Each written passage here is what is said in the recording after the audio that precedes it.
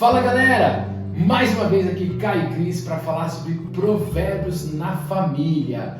Seja bem-vindo ao nosso canal, não deixe de se inscrever, combinado? Eu sou o Caio, você é a Cris. E no nosso bastidor, o nosso grande amigo Biel. Fala aí pessoal, bora curtir esse conteúdo aí. Galera, hoje vai ser o Provérbios 2, que tá cheio de coisa boa, então se liga aí, hein? Roda a vinheta!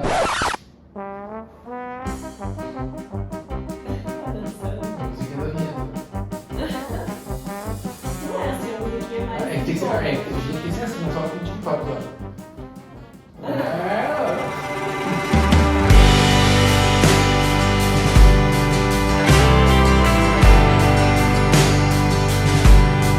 Bom galera, seja bem-vindo aí ao nosso canal, né? Estamos no Spotify, no YouTube, nas nossas redes sociais, depois a gente vai colocar aí pra vocês, né? Vamos começar a atuar mais também, principalmente no Instagram, então é Caio Guichart e Cristiane Guichart. Ela pegou meu nome, gente, era meu esse nome. Claro, né? Não sou boba. É isso aí, ela tirou o da Silva, ela foi esperta mesmo. Ah, dá um impacto maior, né? Doutora Cristiane Guichart. Biel, você tem da Silva? Não, só Santos. Ah, é pior também, tá igual, até igual na verdade. Silva, Santos e Souza é tudo igual. Ah, mas não é feio, é só... Não, é só não falar, né? Eu também não falo que eu tenho Silva. Eu falo, qual é o seu nome? Eu falo Caio Vinícius Guichart. Eu não falo da Silva, feio. Bom, galera, chega de papo e vamos então para o Provérbios 2. Tá? Vamos trazer sempre coisas importantes para o nosso âmbito familiar, de forma prática, né? De como a gente, como família, pode ser uma família realmente temente a Deus, que luta pelo reino, tá bom? Então vamos lá. Filho, aprenda o que eu lhe ensino e nunca esqueça o que eu mando você fazer. Eu já vou parar por aqui. Rapidinho, gente. Vamos já começar com um papinho importante? Aqueles pais que adoram ter filhos com espírito crítico. Sabe o que é espírito crítico, gente? É a pessoa fazer o que ela quer. Deixa eu te explicar uma coisa. Ela analisar o que ela acha certo e errado. Deus já deu as orientações. Então eu, como pai, eu preciso ensinar a verdade e mandar o filho fazer o que é correto. Porque a Bíblia traz a criança como um ser imaturo, que tem um coraçãozinho muito... O coração nosso já é enganoso, da criança é muito mais. Então eu preciso ser um pai firme no mandar a criança fazer alguma coisa. Onde você quer sentar? O que você quer comer? A criança não sabe, gente. A criança não tem maturidade para escolher o que é melhor para ela. Por isso que o pai correto é aquele que manda. Quem ensina... Repara, ó, ele ensina e manda, ele não só manda. Ele explica o que está acontecendo, ele ensina o porquê. Porque tem um Deus poderoso, que é o nosso Pai, que sabe o que é melhor. E eu começo a apresentar para ele o porquê desses mandamentos que Deus nos deu e do porquê eu estou mandando ele fazer tais coisas. E eu começo a preparar ele para o Evangelho verdadeiro, né? Porque o Evangelho verdadeiro, Deus é assim. E no céu vai ser assim, gente. No céu é um regime de... Nós temos um rei, né? Então não vai ter aquela pessoa, não é uma democracia. Então, a gente está formando pessoas que são totalmente contra o estilo de reino do próprio Jesus, né? Então, quando eu acabo trazendo essa forma de lidar com a minha casa, com os meus filhos, eu estou preparando ele para ele se relacionar com o rei que ensina e manda. Não, e as pessoas que vêm muito com esse papinho, eu duvido que se eles forem chefe em algum lugar, vão gostar de pessoas que ficam sempre com ideinhas. Questionando. Esses dias uma professora me falou, aqui na escola nós não trabalhamos com o termo obediência e também nós não trabalhamos com punição, né? E aí eu perguntei pra ela, pra você que tinha me falado, pergunta pra ela, Cris, se a assistente dela de sala começar a faltar e começar a fazer coisa errada, se ela vai demitir a pessoa ou não. Não pode demitir, segundo ela, não pode demitir. Então, ela disse que vai, ela disse que demitiria, né? Então, engraçado, né? Eu sou contra a punição, mas eu puno as pessoas. Eu sou contra a punição, eu sou contra a exortação quando não me afeta. Isso. No dos outros, é maravilhoso essa vida, mas quando eu tô, ninguém consegue viver nisso. Gente, não tem como você ter uma unidade, você ter um poder para fazer as coisas sem um cabeça. Não tem como. Uma vez eu vi até uma frase dos advogados: você quer que dê errado? Monta uma cúpula. É muita gente dando opinião. Exato. Se os advogados estão falando isso, que advogado fala uma profissãozinha, né? Mas assim, cara, gente, tem que ter um rei, tem que ter uma ordem, tem que ter um correto e um errado. Comando. Bom, vamos lá. 2. Escute os sábios e procure entender o que eles ensinam. Sim, peça sabedoria e grite pedindo entendimento. Procure essas coisas como se procurasse prata ou um tesouro escondido. Muito bom. Mas só voltando antes de falar dessa prata e tesouro escondido, que é muito bom, a questão também é os pais aprenderem a ouvir exortação. Exato. Né? Então, onde a gente é exortado? Com pessoas que a gente considera chatas, críticas, né? Por quê? Porque a pessoa ela vai trazer pontos que a gente está falhando. Nas pregações, nas ministrações, não é com os pastores que ficam pregando o show da fé, Exato. né? Que ficam acariciando o nosso ego, são aqueles que dão mais pancada mesmo. Que confrontam. Então a questão é, primeiro também nós pais, adultos, a gente aguenta a exortação e o ensino, a gente aguenta ser mandado, porque aqui eu preciso ensinar o meu filho com algo que eu já faço, né? Qualquer coisa que você for querer resultado, você precisa apanhar, entre aspas. Então, por exemplo, eu vou fazer um treino de academia.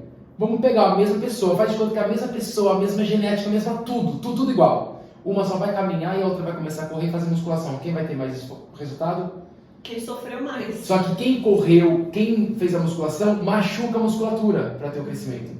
Eu quero ter uma alimentação mais saudável, eu quero emagrecer, quero ficar mais saudável. É aquela pessoa que come todo dia bem e se nega a comer aquilo que gosta, ou aquela que vai abrindo várias brechas durante o dia? É aquela que se sacrificou. Na vida, assim, na questão espiritual e emocional, eu preciso aprender a apanhar no espiritual e emocional, porque isso vai me guiar para um caminho. Porque esse apanhar espiritualmente é um confronto à minha prática errada, né?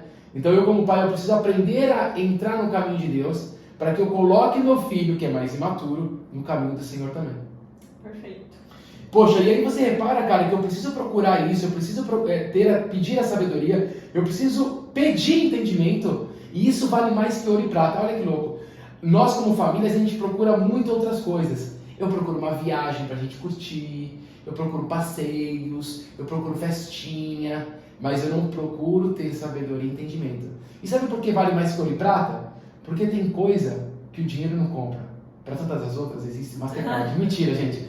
Para todas as outras existe a Bíblia. A Bíblia nos orienta de forma correta. Tem coisa que não vai te tirar. O dinheiro, gente, ouro e prata, tem a ver com prosperidade financeira aqui. Então, o que acontece? A gente corre tanto atrás dessas coisas, tem coisa que o dinheiro não vai resolver. Não. Que é um casamento destruído. Que é um filho nas drogas. Você pode ter o dinheiro que for. O dinheiro ele é bom para você ter um conforto. Você vai ter mais conforto. Você vai ter mais tempo, né? Porque você paga para as pessoas Exato. fazerem as coisas, você paga coisas que facilitem sua vida. E eu não estou falando para a pessoa não trabalhar, não buscar. Às vezes eu quero melhorar minha vida. Ok, porém, tem coisa que vale mais que isso. Será que você está procurando, você está colocando o reino e a sua justiça em primeiro lugar? É porque assim, a nossa energia ela é uma só. A energia tem a ver com tempo e dedicação, não é energia mística, tá? Então, a minha energia ela é uma só. Eu tenho uma quantidade de tempo e dedicação. Onde eu vou colocar esse empenho? Vai ser nas coisas desse mundo, vai ser na prata, no ouro, ou vai ser na busca pela sabedoria? E aqui está falando para procurar como se eu estivesse buscando um tesouro escondido. Finge que temos um caça ao tesouro aqui.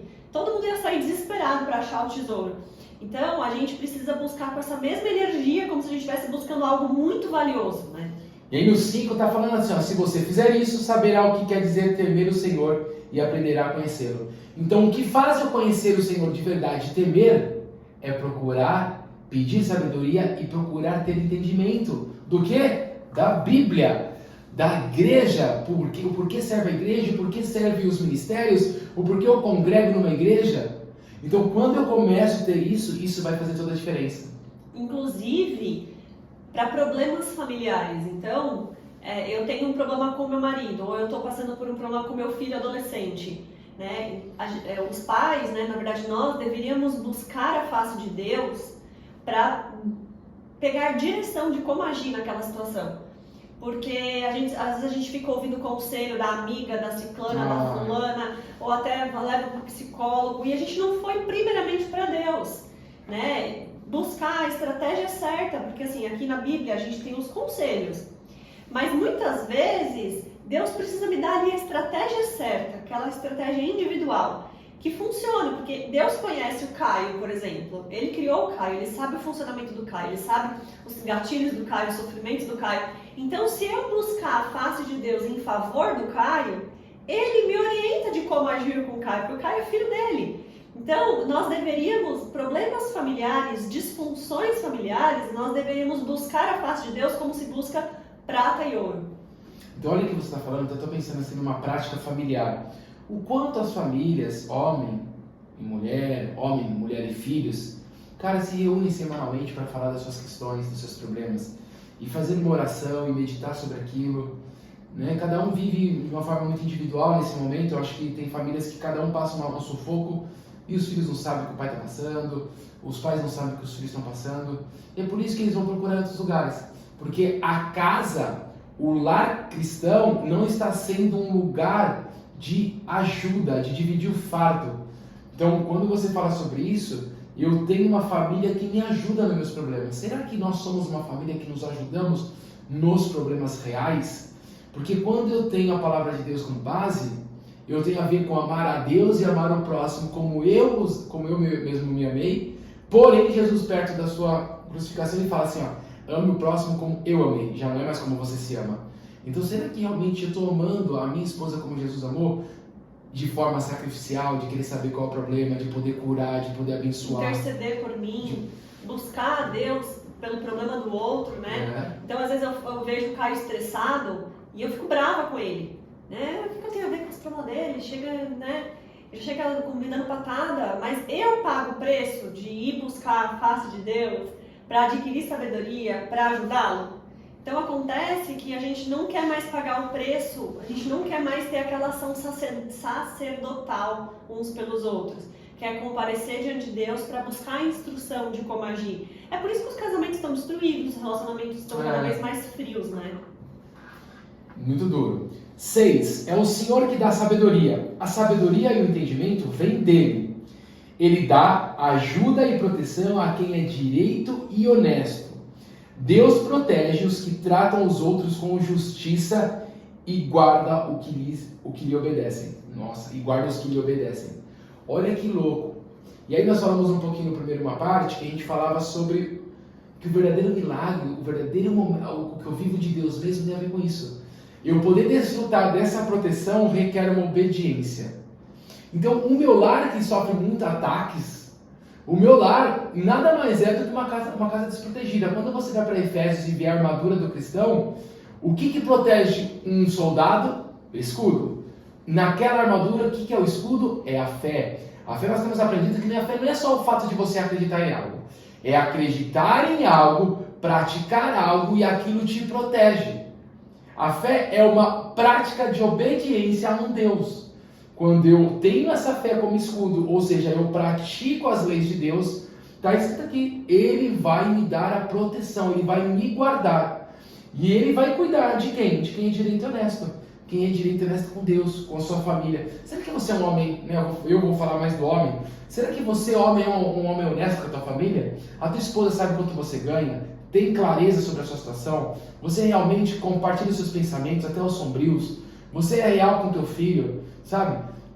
Você anda traindo a sua esposa? Você anda escondendo dinheiro? Você anda usando droga? Eu não sei. Tem alguma coisa que você faz escondido da tua casa? Você precisa mudar imediatamente. Isso está acabando com o teu lar. E se você tem um pouquinho do conhecimento bíblico, você sabe que isso é errado. É uma brecha que você abriu. Então, necessariamente, de forma obrigatória, a partir de hoje, em nome de Jesus, você vai ter força para superar isso. Porque em Cristo nós podemos tudo, porque Ele é o Deus do impossível.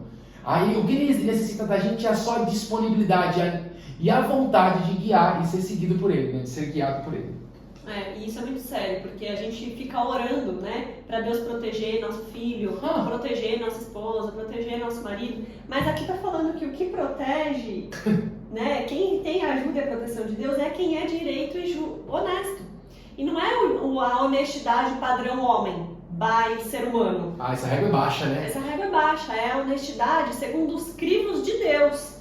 Né? Então, por isso eu preciso buscar nele, porque sem ele, eu não sei. O Espírito Santo que convence a gente do pecado, do juízo e da justiça de Deus. Então, não é um padrão que está em nós. Na minha cabeça, eu posso achar que eu sou, honesta, que eu sou uma ótima cidadã. E aí eu vou para a Bíblia e Deus me fala: não, ama seu inimigo. né? Então, é um tipo de justiça que você só consegue entender se você ingressa num processo de busca, de crescimento mesmo espiritual. Então Deus protege os que tratam os outros com justiça. Qual a justiça? Que você acabou de falar. A justiça de Deus. Isso. A justiça de Deus tem a ver com o quanto você realmente vive o evangelho para aquela pessoa. De renúncia, de sacrifício. É isso. Essa é a justiça que Deus pede para a gente viver. A justiça de Deus tem a ver com a salvação das pessoas. Isso. Tem a ver com que Cristo nos justificou, ou seja, Ele pagou o preço do nosso pecado e por isso nós somos perdoados por Ele para ingressar no reino de Deus. Então, quando eu entendo que a justiça é sobre o reino de Deus, não é sobre o que eu quero, o que eu acho certo, o que eu acho errado, o que me prejudica, o que me beneficia, eu começo a pensar, a olhar para o outro também de uma forma diferente, com mais misericórdia. Senão eu coloco sobre o outro um peso muito grande. Cara, e como os pais devem... Eu vejo algumas coisas, como os pais ensinam as crianças, né? Meu, fulano tá te batendo, não dá mais que fulano não. Fulano tá te batendo, meu, para, fala pro fulano. É uma justiça humana. Ninguém tá falando pra você não proteger, ensinar sobre se proteger. Ele precisa aprender. Porém, ele precisa primeiramente aprender a justiça de Deus na sua prática, na sua escola, com seus amigos, na igreja, no prédio onde ele brinca. Não importa, qual é a justiça de Deus? Como Deus faz o tempo todo? Deus cuida do seu povo. Deus vai alertando. Então, nós temos que ter um hábito de ensinar nosso filho a ser misericordioso. E a gente ensina o nosso filho, vai lá pegar primeiro antes que alguém pegue. Vai na fila primeiro lá. Essa é a justiça de Deus? Reserva um lugar lá na igreja pra mim. Você chega, o culto começa às 5h30, você chega às 7 horas, o seu lugar tá lá. Alguém chegou cedo e não pode sentar lá porque você reservou. É o tipo de coisa que nós ensinamos e tá sendo, isso Tá tudo bem, né? Tá tudo bem, errado. A justiça de Deus é você chegar no horário e você conseguir, é você estar numa fila, é você ceder o teu lugar. Será que você cede o lugar na hora de você beber uma água? Não, você não deixa as pessoas passarem. Poxa, aprenda a ser uma pessoa que sirva. Será que o teu filho... os filhos hoje em dia a gente vê como eles são servidos, eles não aprendem a servir. Eles comem primeiro, eles fazem tudo gira em função do filho. Não pode. Na Bíblia, tudo gira em função do pai. Não gira em função dos filhos. Gira em função do pai. Jesus é o filho dele, óbvio que veio, né, como Deus, para nos mostrar como é possível viver nessa terra. Mas tudo gira em torno de Deus, de Jesus, não dos filhos, que somos nós. Exato. Nós nos rendemos a Ele. E você falando de Jesus, na vida de Jesus, estudem a vida de Jesus, né, aqui na Terra. Ali a gente tem um padrão do que é justo. Né? Quando pegaram a mulher em adultério, e estava escrito na lei, né? Que ela deveria ser apedrejada. É justo ela ser apedrejada. O que Jesus fez? Trouxe um outro padrão de justiça. Né? Então, quando a gente vai a Jesus com as nossas causas, Ele traz um novo padrão de justiça. O Espírito Santo traz pra gente. Por isso que a gente não pode se contentar com a nossa consciência humana. Que ela é fraca. Ela é fraca. Falha. Muito, muito legal. Bora lá, 9. Se você me ouvir, entenderá o que é direito, justo e honesto, e saberá o que deve fazer. Você se tornará sábio, e a sua sabedoria lhe dará prazer. Olha que lindo. O seu entendimento e a sua sabedoria o protegerão, e o livrarão de fazer o mal. Assim, você ficará longe das pessoas que vivem dizendo mentiras. Pessoas que abandonaram uma vida direita para viver na escuridão do pecado. Olha que incrível. Quando você, então, aprende a ouvir Deus de verdade, não ser uma pessoa simpatizante, não achar legal só porque Ele ressuscitou, mas realmente acreditar em todo o trabalho que foi feito no ministério de Jesus, em toda a Bíblia, eu começo a me tornar sábio, eu começo a ter sabedoria, eu começo a ter alegria nisso. Por quê? Porque isso me traz. Porque quem tem alegria, quem tem fome e sede de fazer a vontade de Deus, porque Deus a deixará completamente satisfeita. Então a minha obediência faz o Pai ficar feliz e, consequentemente, Ele me deixa feliz. E eu começo a viver uma vida correta. Então o meu lar é um lar feliz em Deus ou infeliz em viagens, feliz em coisas materiais, em momentos de passeio, uma festa muito cara? Gente, as pessoas estão hoje, para ser felizes, elas precisam ganhar presentes. Hoje, para ser feliz, elas precisam viajar todo o semestre, a cada 3 meses. Hoje, para ser feliz, elas precisam estar num restaurante muito caro. E Deus está dizendo o tempo todo, Jesus veio mostrar para a gente que a real felicidade não tem nada a ver com as coisas da terra. Não tem. Ele é bondoso e misericordioso, Ele vai permitir que você faça algumas coisas. Eu não estou falando que é errado, mas quando você depende disso para ser feliz, você está errado. Quando você trabalha muito o ano todo, juntando dinheiro para poder fazer uma viagem de 30 dias, isso está errado. Você deveria trabalhar muito para juntar um dinheiro para abençoar uma família. Para dar para uma família algo que essa família não poderia ter. Imagina nós com filhos podendo abençoar uma família mais simples, que não tem condições de estar em um lugar. Era muito melhor ir para um lugar mais simples, parece que uma família, para ser uma pessoa generosa, do que ir para uma Disney só eu, você e nossos filhos. Ah, mas aí não é justo. Aí volta aquele papo, foi justo que Jesus pagou o preço por nossos É o pecados? padrão de justiça, né? O padrão de justiça é de Deus, não o nosso. Exatamente. E aí também tem um outro ponto relacionado a esse trecho que você leu, que é, depois que eu alcanço sabedoria, ou seja, eu começo a beber da água da fonte, né, eu entendo. Gente, para ter sabedoria, o primeiro passo é a humildade. Lá em Mateus 5, né, do Sermão do Monte, felizes são aqueles que choram, que lamentam a sua condição espiritual. Então, eu só vou partir para o nível 2, que é a busca por conhecer, se eu reconhecer que dentro de mim eu não sou sábio. Se eu me achar inteligente, se eu me achar uma pessoa especial, uma pessoa com QI alto, eu não vou iniciar essa busca por falta de humildade. E depois que eu inicio essa busca, eu começo a discernir as pessoas. E é legal porque eu vivi uma época na minha vida quando eu era mais novo, não era da igreja, meus pais não eram cristãos na época, e eles falavam assim, não anda com fulano, não anda com ciclano. E aí hoje, quando a gente vai meditar na palavra, não fazia sentido naquela época. Não fazia, e eu vou além. Os meus pais andavam com pessoas pagãs. E o mundo tem o Deus tem uma separação muito clara sobre o mundo. É o povo de Deus e o pagão. Não importa se o pagão é nível 1, nível 2, nível 3, nível 4, o pagão ele vai para o inferno. Então, o pagão é pagão. Então, quando eu tenho a sabedoria, eu preciso ver o fruto da minha vida para esse ser o efeito cascata. O efeito cascata é eu viver esse evangelho, saber discernir quem é certo e quem é errado, saber quem eu coloco dentro de casa e, consequentemente, meu filho vai começar a ver isso e não vai andar com qualquer pessoa. Ele mesmo vai começar a se incomodar. Olha como exemplo é importante. Então, não vai ser uma proibição necessariamente. Você não vai mais ter amizade com fulano. É uma coisa, o discernimento, ele vem no pacote da sabedoria, que é você olhar, tá mentindo. Gente. Né? E inclusive para discernir o teu filho, quando ele tá mentindo, teu marido, quando ele tá mentindo, a tua esposa, quando ela tá mentindo. E aí não é para você brigar, mas ele vai te dar o discernimento, olha, em relação ao caráter da pessoa. E aí, como família, né, a gente tem que procurar sempre ter essa busca pela obediência, tudo isso certinho através da sabedoria, porque ela vai te livrar de vários problemas da sua família. Assim. Eu vejo assim, a mentira. Cara, Deus é tão incrível quando Ele cuida da tua verdade. Se a gente tiver uma vida de obediência, se tiver uma vida de obediência, a Cris me trair, eu não vou precisar ir atrás. Deus vai me mostrar.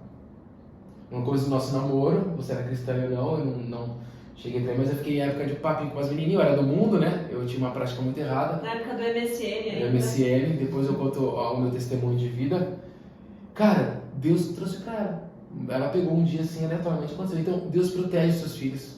Então, eu preciso ser uma família realmente que ensine meus filhos a ser eu preciso mostrar para o meu filho que é prazeroso ter o poder de Deus a nosso favor através da nossa obediência. Eu não faço isso só para ter isso, mas eu faço porque realmente Deus é um pai bondoso. Se a minha maior motivação for o reino de Deus, Ele cuida das outras áreas. Então, é um mandamento, né? Coloque o reino de Deus em primeiro lugar, para você viver a promessa de ter o Senhor cuidando das outras áreas. E isso inclui te livrando dos mentirosos, das pessoas que estão tramando contra a gente, né?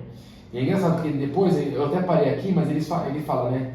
Que a gente vai parar de ver com as pessoas que estão na escuta do pecado, pessoas que têm prazer em fazer o mal e se alegram quando o mal é praticado. Pessoas desonestas em quem não se pode confiar. Olha que forte. O problema é que tem pessoas assim dentro da igreja. Tem. E vai ter, né? Porque você está numa igreja, você está juntando pessoas que estão conhecendo, estão ainda no processo e nem se converteram. Diferentes níveis, né? Tem o joio trigo o tempo todo. Tem pessoas muito velhas de igreja também que não conseguiram se transformar numa nova criatura. Até proclamaram Jesus como seu Salvador, mas não conseguem praticar. Nós vemos muito isso. Então a gente vê o tempo todo. E nós podemos ser essas pessoas a qualquer momento. Se a gente não estiver vigilante. Por isso que a família unida, ela vai te ajudar. Porque a família só consegue ser unida em Cristo. As pessoas só conseguem se unir em Cristo. Então, quando eu sou um ministério que estou vindo em Cristo, a gente vai se afiando, a gente vai se moldando ao caráter dele. E a sabedoria... Pode falar. Não, eu ia falar que a sabedoria ela vai deixar a gente esperta. Por exemplo, se Adão tivesse sabedoria, provavelmente ele tinha um relacionamento super bom com Eva. Né? Eles eram ali parceiros, seres únicos, né? Mas em dado momento a Eva mordeu o fruto e deu para ele morder também. Então o que acontece é que a sabedoria vai fazer com que a gente fique atento a quando meu marido mordeu o fruto e tentar me dar. Quando eu morder o fruto, tentar dar para ele. Quando um amigo meu, que é da igreja, que serve no mesmo ministério, mordeu o fruto e tentar me dar. Então, às vezes, vem com cara de desabafo, vem com uma cara de algo do bem, mas que no fundo é algo ruim. Então, a sabedoria, ela faz com que a gente faça uma distinção do que é bom e do que é mal, inclusive com pessoas boas. Porque as pessoas boas, elas vão errar. E aí voltamos à parte do sacerdote e do homem.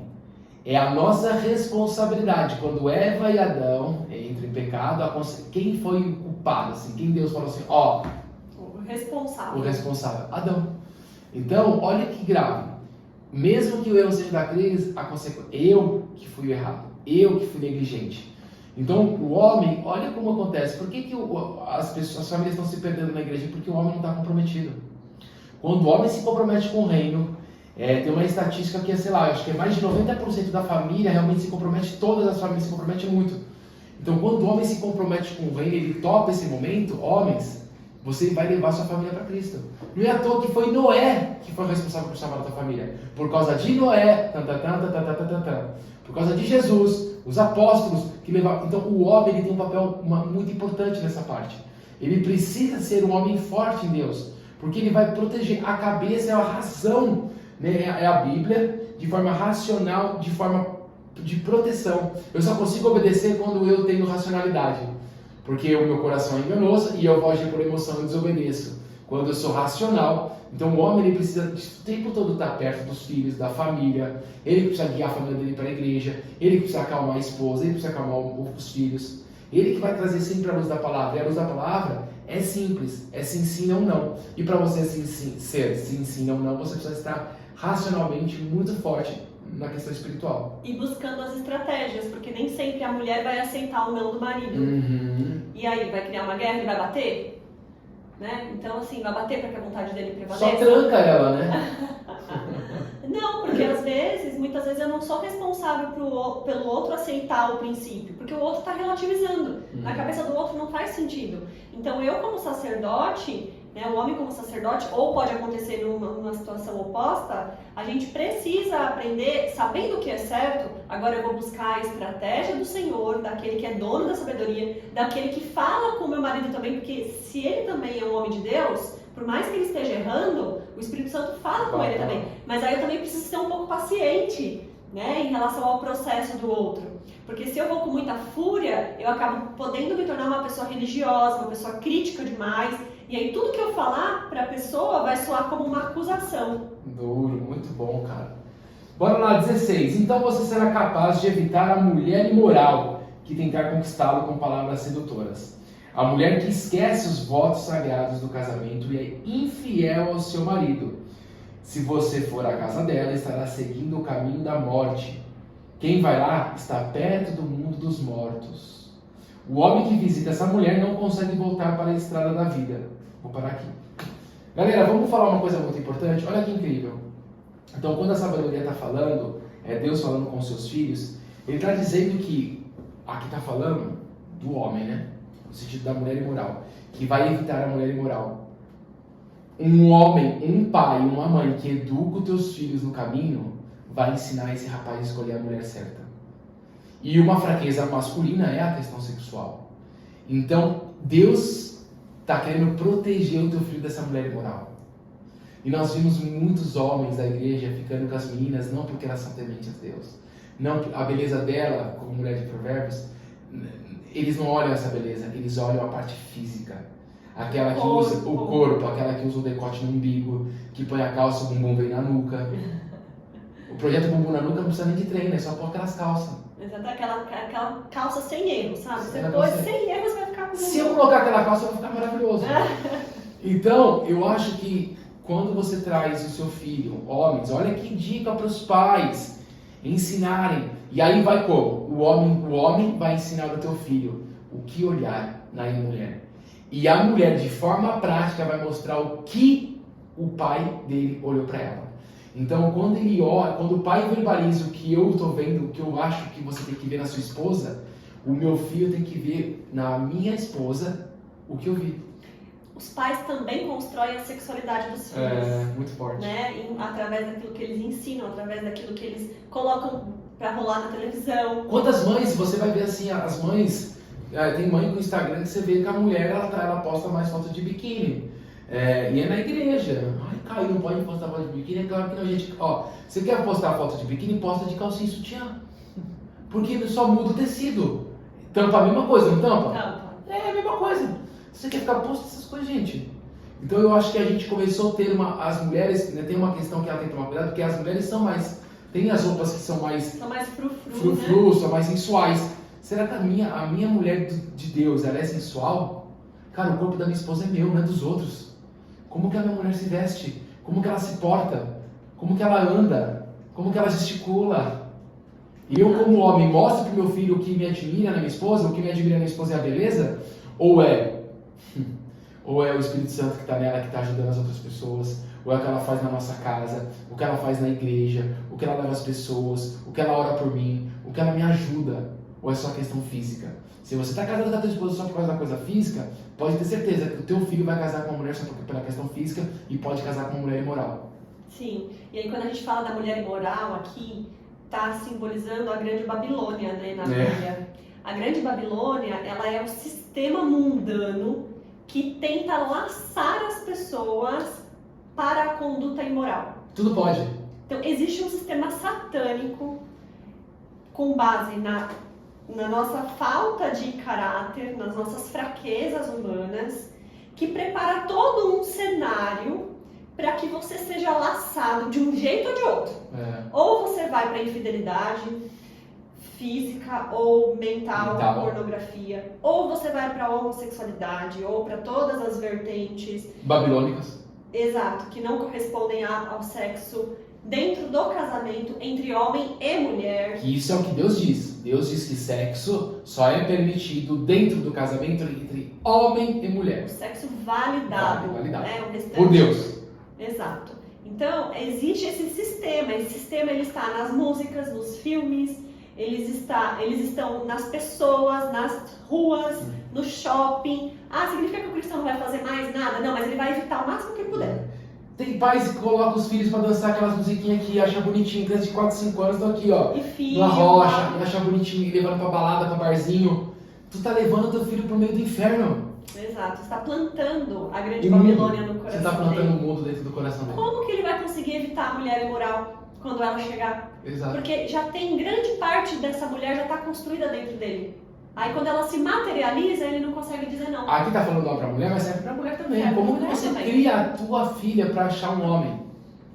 Gente, aqui nós estamos falando sobre... E aí vai uma dica. Você tem que ensinar de forma prática e vocês oram pela vida sexual dos seus filhos, oram para a vida conjugal, amorosa. Seu filho tem 2 anos, já começa a orar. Você tem que orar para Deus preparar. Você faz, a Bíblia diz, faça o possível que o impossível é comigo. Então você faz o possível para ensinar os princípios, para viver esses princípios e já olhe para que Deus faça o impossível lá na frente. Isso não está no teu controle, porque vai ter um momento que o seu filho, sua filha vai escolher. Mas se você fizer corretamente e orar a Deus para cuidar, Ele vai proteger. E qual é o perigo disso? Dizendo aqui, olha o grande perigo. Se você for à casa dela, olha o que acontece. Você pode não conseguir mais voltar para a estrada da vida. Um mau relacionamento, um mau casamento, um mau relacionamento conjugal, ele pode te afastar da vida eterna. Porque o casamento, depois de aceitar Jesus, é a decisão mais importante da sua vida. Se você casar com alguém pagão, é bem provável que você vai para o inferno. Será que vocês como pais estão protegendo os filhos disso? Vocês estão fazendo um trabalho árduo para algumas coisas, mas não estão cuidando de algo que pode tirar eles do caminho do Senhor. Por exemplo, Salomão se perdeu na imoralidade, né? Porque ele se juntou com mulheres pagãs.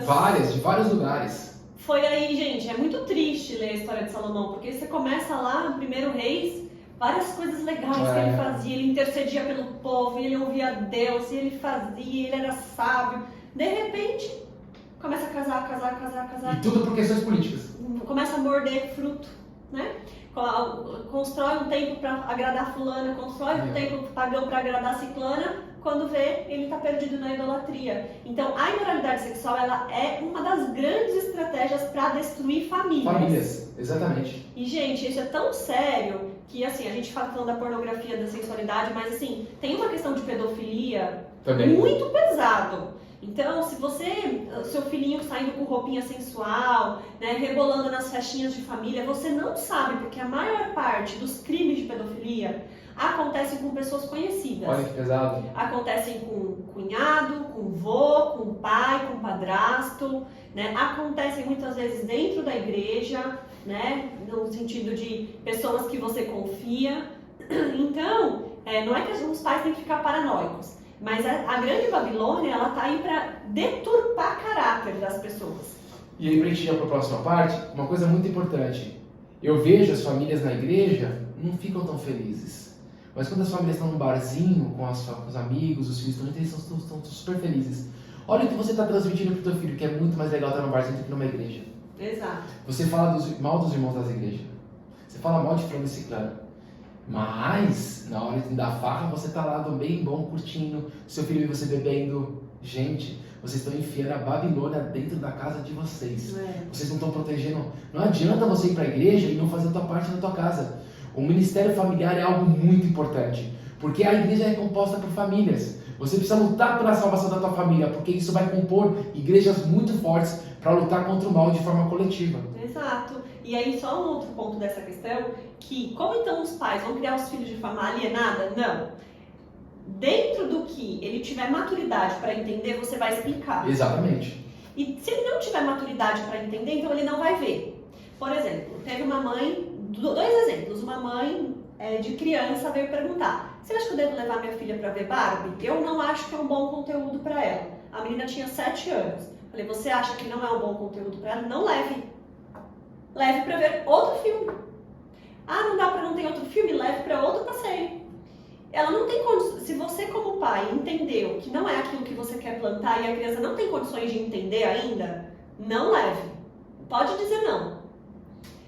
Agora, a criança já teve uma outra mãe de uma adolescente que veio me perguntar: ela quer ir, você acha que eu devo levar? Leve. Porque não vai ter nenhuma cena imoral. Porque se tivesse também não. Aí é não também. Mas leve e sente e explique, aproveite para explicar o que é o feminismo, né? Desse filme, das cenas, né, que aparecem. O que as cenas aparecem que são contra os valores, aos princípios. Ajude ele a formar uma análise crítica daquilo que ele vê. Porque uma hora ele vai ter que fazer isso, uma hora você não vai estar lá para falar: não vai ver, desliga essa televisão. Uma hora ele vai ter que fazer por conta própria. E se ele não aprendeu, ele não vai ter repertório para poder fazer isso. Exatamente. E por fim, olha que lindo. Portanto, siga o exemplo dos bons e viva uma vida correta. Os homens direitos de caráter viverão nesta nossa terra. Mas Deus varrerá dela os maus e arrancará os pecadores como se arrancam plantas do chão. Então vamos lá. Que forte. Ai, Deus é tão bondoso. Deus não faz isso, gente. O que acontece nessas coisas? Gente, Deus é justo. Ele é tão amoroso que ele protege o povo dele. O povo dele é aquele povo que obedece. Então ele não pode ser injusto. Então olha que interessante. Deus está falando assim, ó: fuja, meu filho, fuja da mulher imoral, fuja do pecado, fuja do homem imoral, fuja dessas coisas que deixam a questão da carne muito aflorada e se aproxime dos bons exemplos. Quais bons exemplos? Os exemplos que a Bíblia trata como um bom exemplo. Então hoje, se você, vamos lá, aí voltamos assim: você traz para sua casa uma pessoa mundana e uma pessoa de Deus. Provavelmente a pessoa mundana vai ser aquela que vai ser mais extrovertida, vai ser mais ha. O seu filho vai ficar mais próximo dessa pessoa. Até teu filho ser maduro para entender, você tem que saber o que está acontecendo. Então você tem que mostrar para o teu filho o verdadeiro valor da pessoa boa. É aquela que realmente transmite serenidade, que não julga, no sentido, né? Não julga de trazer, de condenar, né? mas de misericórdia, Sim. Aquela pessoa que realmente sabe sempre está falando da palavra de Deus, sempre está servindo alguém, é uma pessoa serena. Então, cara, a gente não está acostumado com isso, a gente quer farra. Você pode ver, a gente vai comemorar algo, a gente tem que ter uma galera, bagunça.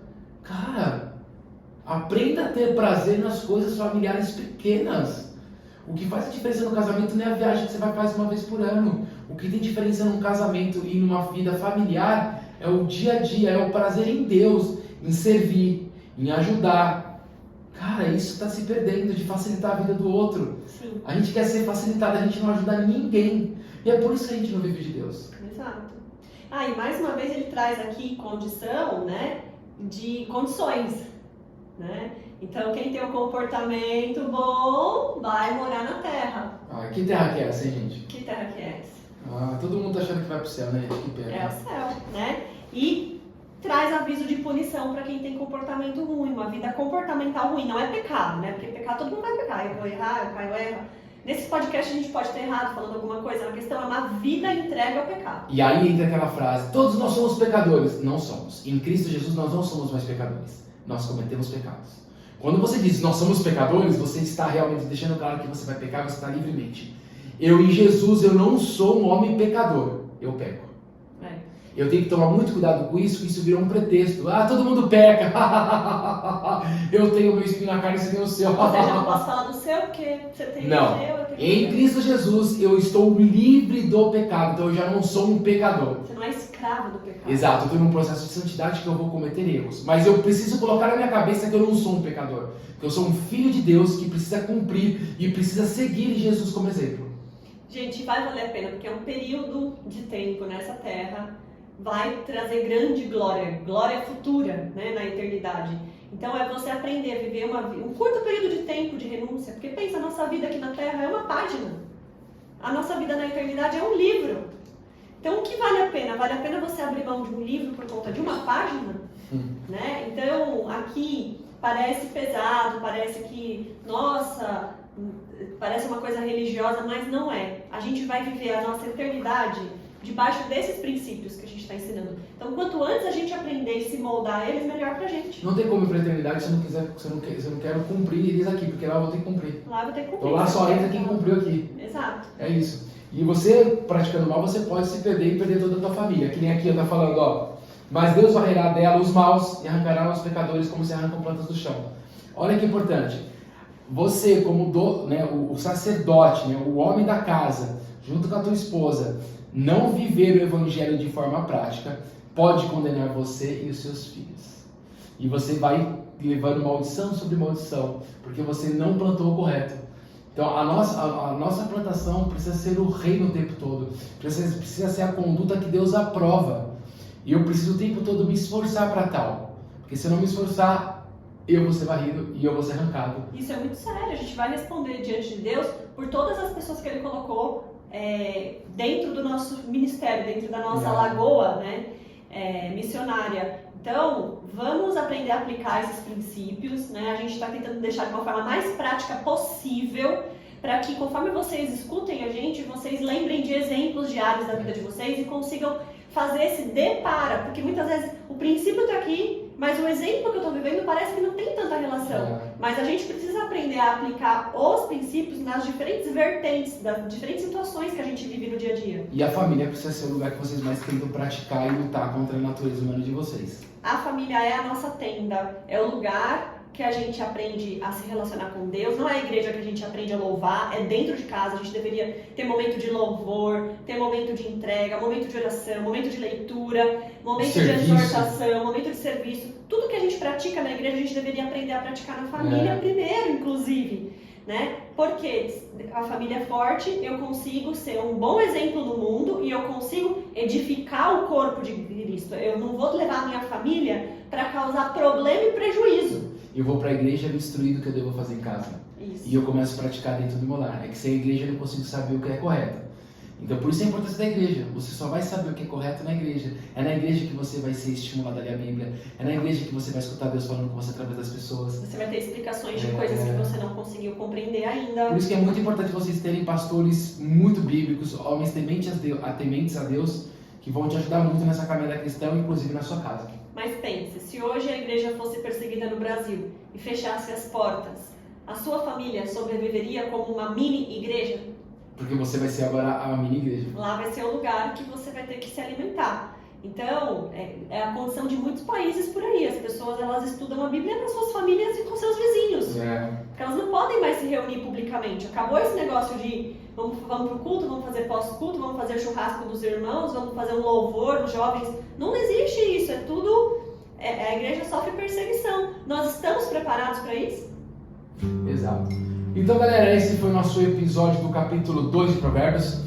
E aí, nesse Provérbios 2 a gente quis trazer para vocês aí algumas coisas de proteção da família, sobre as imoralidades, sobre a ação satânica na sua casa, de como evitar essas pessoas e lutar em prol do reino com a família. Homens, depende muito mais de vocês agora. Homens, vocês são um sacerdote cabeça. Comece agora a realmente plantar isso na sua vida, na vida da tua esposa e dos teus filhos. Que grandes coisas vão acontecer quando vocês se submetem às ordens e à obediência de Deus. Deus é um Deus incrível. Ele é bom em todo o tempo todo Deus é bom. Basta você obedecer. Beleza? Galera, desejamos que vocês tenham aproveitado, desejo que vocês tenham aproveitado bastante esse podcast. Deus abençoe vocês, amor. Tchau, gente. Muito obrigada. Até a próxima. Biel, dá um tchau. Tchau, pessoal. Não se esqueça de se inscrever aí no canal, dar like e compartilhar com a galera aí, viu? E galera, Biel, só uma coisa. Você se ligou aqui na Mulher Imoral, né? Você tá solteiro, você se ligou já, né? Biel.